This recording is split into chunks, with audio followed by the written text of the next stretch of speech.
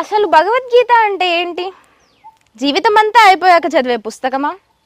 Retirement రోజు సహోద్యోగులు ఇచ్చే బహుమత? ఎవరైనా చనిపోయినప్పుడు ప్లే చేసే సీడీనా? అలా మిగిలింది ఇప్పుడు. పని పాట వదిలేసి సన్యసించమని చెబుతుందా?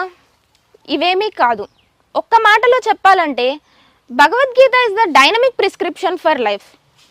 సంతృప్తి సంతోషాలతో నిండిన జీవితం గడపాలంటే, చేసే పనిలో విజయం సాధించాలంటే గీతను అర్థం చేసుకోవాలి. నేను భగవద్గీత చదవను అని చెప్పేవాళ్ళు ఎలాంటి వాళ్ళు అంటే, భూమి ఆకర్షణ సిద్ధాంతం న్యూటన్ కనిపెట్టాడు, అది బ్రిటిష్ వాళ్ళకి సంబంధించింది, దాని జోలికి పోవద్దు అని చెప్పే వాళ్ళతో సమానం.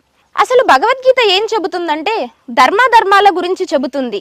త్యాగం, సహనం, మోక్షం అంటే ఏమిటో చెబుతుంది. ఏది శాశ్వతమో ఏది అశాశ్వతమో చెబుతుంది. పాపపుణ్యాలకు వివరణ ఇస్తుంది. ఆత్మతత్వ నిరూపణ చేస్తుంది. జ్ఞానం, బ్రహ్మం, మోక్షం, ఆధ్యాత్మికత అంటే ఏమిటో చెబుతుంది. ఎవరు పండితుడో ఎవరు స్థితప్రజ్ఞుడో చెబుతుంది. ప్రతిఫలాపేక్ష లేకుండా కర్మ చేయడంలో ఉండే ఆనందం అంటే ఏమిటో చెబుతుంది. పరమాత్మునికి ఎవరు ఇష్టమో చెబుతుంది. ఆయన్ని చేరే మార్గాన్ని చూపిస్తుంది.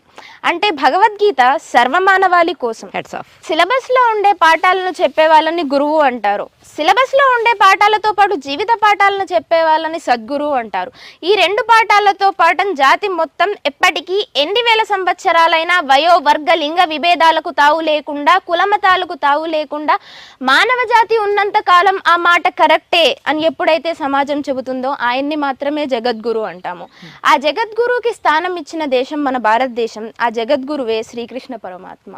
Super super. అసలు ఎంత బాగా చెప్పావు, ఎంత బాగా చెప్పావు. మీరు పోకిరి సినిమా చూసారా? చూశాను. అందులో ఫేమస్ డైలాగ్, ఎవడు కొడితే దిమ్మ తిరిగి మైండ్ బ్లాక్ అవుతుందో వాడే పండుగాడు. ఆ డైలాగ్ సినిమాకి మాత్రమే పరిమితం. అంతకు మించిన గొప్ప డైలాగ్ ఉంది.